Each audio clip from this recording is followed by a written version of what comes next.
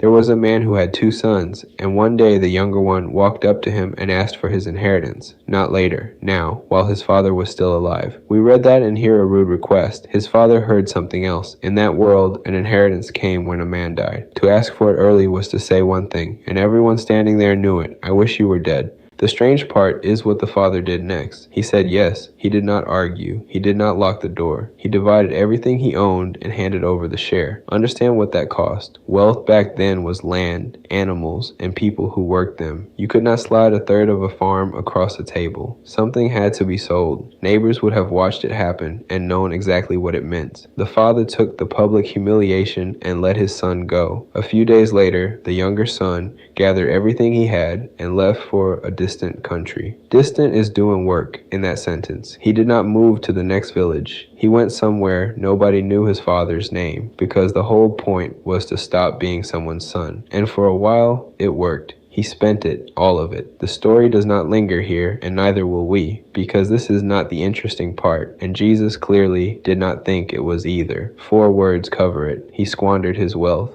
Then the money ran out. And here the story does something quietly cruel. It does not just make him poor, it waits until he is poor, and then it starts a famine. He had no cushion, no family nearby, no name that meant anything in that country. He had spent the one thing that made him someone's problem, and now nobody had to care. So he took the only work left. He fed pigs. If you grew up around this story, that line washes over you. It should not. He was a Jewish man, and pigs were unclean. Not disliked, unclean. This is a man who has landed somewhere his own scripture says he should not stand. And he is not the one eating. He was so hungry he wanted the pods the pigs were eating. Not bread, not scraps from a table, the feed. And then 8 words that are worse than everything before them. And no one gave him anything. Not the farmer, not a neighbor, nobody. That is the bottom. And the bottom is where he finally thinks clearly. He does the arithmetic out loud. His father's hired workers eat better than this, not the family, the staff. So he decides to go home, and he writes himself a speech on the way. Father, I have sinned against heaven and against you. I am no longer worthy to be called your son. Make me like one of your hired servants. He rehearses it. You can feel him rehearsing it. It is the speech of a man who has worked out the exact size of the apology he can afford. He is not going home to be a son. He is going home to apply for a job. Now watch the father. While he was still a long way off, his father saw him. A long way off, which means the old man was looking. This was not a lucky glance out of a window. Somewhere in that house, there was a habit of going outside and checking the road, and it had been going on long enough that he recognized his son's walk at a distance. And then the father did something that cost modern readers nothing and cost him everything. He ran. Old men in that culture did not run. Running meant pulling up your robes and showing your legs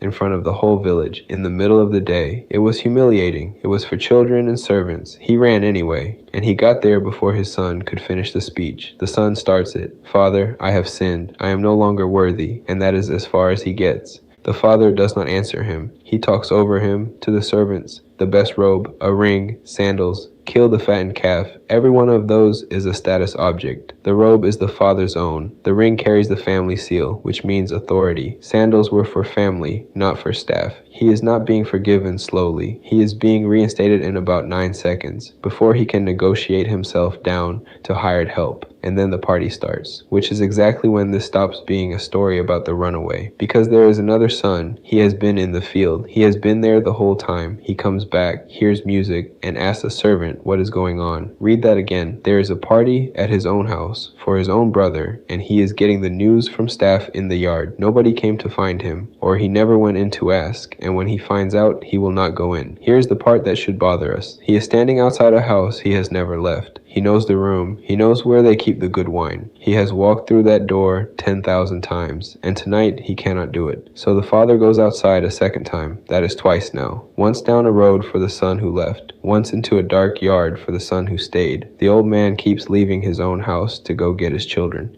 And the older brother finally says the thing he has been holding for years. All these years I have been slaving for you. I never disobeyed, and you never gave me so much as a young goat. Slaving. He has been living in his father's house, and in his own head he has been staff. Both sons wanted to be hired workers. One decided it in a pig field. The other decided it at home over years and never told anyone. Then he points at the house and says, "This son of yours, not my brother, this son of yours, he will not put the word brother in his mouth." And the father hands it straight back to him. "This brother of yours was dead and is alive again." The father tells him, "Everything I have is yours." And then the story stops. We never find out whether the older brother goes inside. Jesus was telling this to men who were standing right in front of him, complaining that he ate with the wrong people. He built them a character, walked that character to a door, and left him standing there. The ending is missing on purpose. It was never his to finish.